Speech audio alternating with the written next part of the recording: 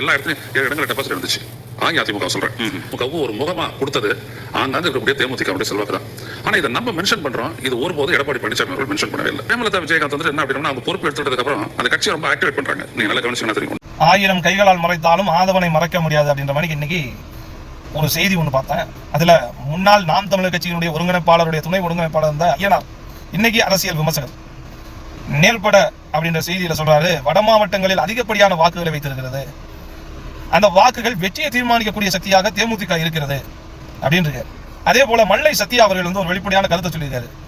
வைகோ அவர்கள் திட்டமிட்டுத்தான் விஜயகாந்தை கவிழ்த்தினார், திமுக ஆட்சிக்கு வரவிடாமலும் விஜயகாந்தை வெற்றியிட முடியாமலும் ஒரு செயலை செய்து அதில் குளிர் காந்தார் அப்படின்ட்டு செய்தி சொல்றாரு. நான் என்ன சொல்றேன்னா, எங்களுடைய பலம் எப்போதும் இருக்கிறது என்பதை நாங்கள் வெளி உலகத்தை காட்டிக்கொண்டே இருக்கோம். ஏன் இதை நாங்க சொல்றோம் அப்படின்னா, 2021 அமமுகவோட நாங்க போட்டிட்டோம். அப்போது அமமுக எந்த கட்சி போட்டியிலும் கலந்து கொள்ள புது தேர்தலை அவர்கள் சந்திக்கிறார்கள். இருப்பினும் கடைசி கட்டத்தினால நாங்க அந்த தேர்தலை சந்திச்சோம். அதுல 19% வாக்குகளை எடுத்து ஒரு சொல்லும்படியான வாக்குகளை எடுத்ததனால் தான் எங்களை விமர்சிக்கவில்லை. ஆனா சொல்லும்படியான வாக்குகளை நாங்கள் வைத்திருக்கிறோம் என்ற வாக்குகளை நாங்கள் நிரூபித்தோம். அதே போல 2016 தேர்தலில் சொல்லும்படியான வாக்கு வைகோவுக்கோ திருமாவளவனுக்கோ கம்யூனிஸ்டுக்கோ கிடையாது. எங்களுடைய வாக்கை தான் அவர்களுக்கு ப்ரொஜெக்ட் பண்ணோம். ஆக எங்களுடைய வாக்குகள் தான் 234 தொகுதியிலும் 19% வாக்கு எடுத்து கொடுத்தோம். அதுக்கு முன்னாடி 2014 பாஜக, பாமக போன்ற கட்சிகளை இணைத்து நாங்கள் நாடாளுமன்ற தேர்தலை வைத்தோம். அதுல ஒரு தொகுதியில தான் அன்புமணி வெற்றி பெற்றார். அந்த தொகுதியிலும் தேமுதிக வாக்கு அதிகப்படியான செல்வாக்கான தொகுதி. இந்த வட மாவட்டங்கள்ல எப்படிப்பட்ட தேமுதிக தொண்டர்கள்னா பாமகவோட கூட்டணி வச்சாச்சு. ஆனா பாமகவுக்காக வேலை பார்க்க வேண்டும் என்று தேமுதிக தலைவர் புரட்சி கலைஞர் சொன்னனால ஒவ்வொரு வாக்காளருடைய காலில் விழுந்து அவர்களுக்கு வணக்கம் செலுத்தி அந்த வாக்குகளை பெற்றுக் கொடுத்தார்கள் அன்புமணிக்கு. ஆனால் நன்றி இல்லாத அன்புமணி எங்களையே விமர்சகத்துக்கு உள்ளாக்கி எங்களையே தாழ்த்த வேண்டும், ஒடுக்க வேண்டும், எங்களை காணல் நீராக மாற்ற வேண்டும் என்று நினைத்தார். இன்னைக்கு அதனுடைய பலன் தான் நீங்க அனுபவிச்சிருக்காரு. நான் இதை ஏன் சொல்றேன்னா, தேமுதிக எந்த காலத்திலும் மக்கள் வாக்களிக்கவில்லை, மக்கள் எங்களை புறக்கணிக்கிறார்கள் என்று நாங்கள் கடுமையான வார்த்தைகளையோ அதை பிரதிபலித்ததோ கிடையாது.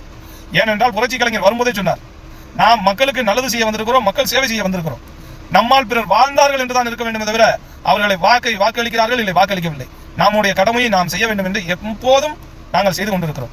234 தொகுதியிலும் இன்னைக்கும் கேப்டனுடைய பிறந்த நாளை வறுமை ஒழிப்பு தினமாக கொண்டாடும் போது ஏழை எளியவர்களுக்கு சேலை வழங்குவதாக இருக்கட்டும், வேஷ்டி வழங்குவதாக இருக்கட்டும், உணவு ஒழிக்கிறதாக இருக்கட்டும், சில மாவட்ட செயலாளர்கள் வாகனங்களை மாற்றுத்திறனாளிக்கு வாங்கி தர்றாங்க, இல்லைன்னா இருசக்கர சைக்கிளை வாங்கி கொடுக்கிறார்கள், இல்லை என்றால் மருத்துவமனையில உள் நோயாளிகளுக்கு என்னென்ன பிரிவுகள் தேவைப்படுகிறது அதெல்லாம் பெற்றுக் கொடுக்கிறார்கள்.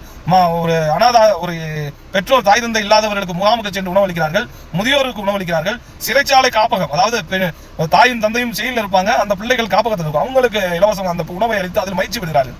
இப்படித்தான் தேசிய முற்போக்கு திராவிட கழகம் ஒரு கொள்கை வழியாக வருகிறது. நாங்கள் என்னெல்லாம் செஞ்சிருக்கோம் அப்படின்னு நீங்க எடுத்து பார்க்கணும்னா, குறிப்பாக சொல்லணும், பெரியார் அணையில வந்து 142 அடி உயர்த்தக்கூடாது போது முதல் போராட்டத்தை அறிவித்தவர் கேப்டன் தான். அதே போல மேகதாது அணையை கட்டக்கூடாது என்ற அனைத்து கட்சி கூட்டத்தையும் கூட்டுவதற்கு முயற்சி எடுத்து அனைவரும் அழைத்து சென்று மோடியிடம் பேசி அதை தடுத்து நிறுத்தியவர் கேப்டன் தான்.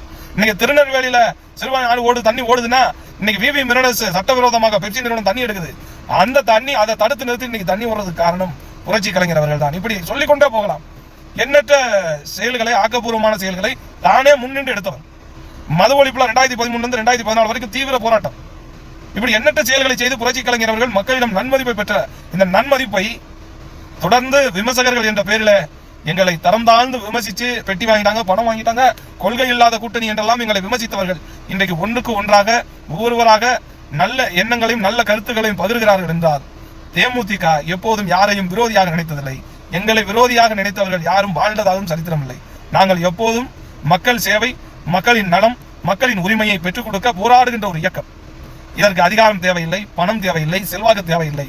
அங்கீகாரம் ஒன்று இருந்தால் போதும். அந்த அங்கீகாரத்தை வரக்கூடிய சட்டமன்ற தேர்தலில் முரசு சின்னத்தில் வாக்களித்து, சட்டமன்றத்தில் உங்கள் குரலை எங்களை ஒழிக்க வைக்க முரசு முரசு முரசு முரசு சின்னத்தில் வாக்களித்து மாண்புமிகு பிரேமலதா விஜயகாந்த் அவர்களின் கரத்தை வலுப்படுத்தி தமிழ்நாட்டு மக்களின் உரிமையை பெற்றுக் கொடுக்க, தமிழ்நாட்டு மக்களின் குறைகளை தீர்த்திட முரசு சின்னத்துக்கு வாக்களிங்களே. அன்பார்ந்த உறவுகளே, பெரியோர்களே, தாய்மார்களே, இளம் வாக்காளர்களே, நாளைய சமூகத்தின் விதைகளை உங்களை அன்போடு கேட்கிறேன். முரசு சின்னத்தில் வாக்களியுங்கள் அன்பார்ந்த உறவுகளே. நல்லதோர் செய்தி நடந்திட, நல்லதே நடந்திட தேசிய முற்போக்கு திராவிட கழகம் எப்போதும் உங்களுக்காக செயல்பட முரசு சின்னத்தில் வாக்களியுங்கள்.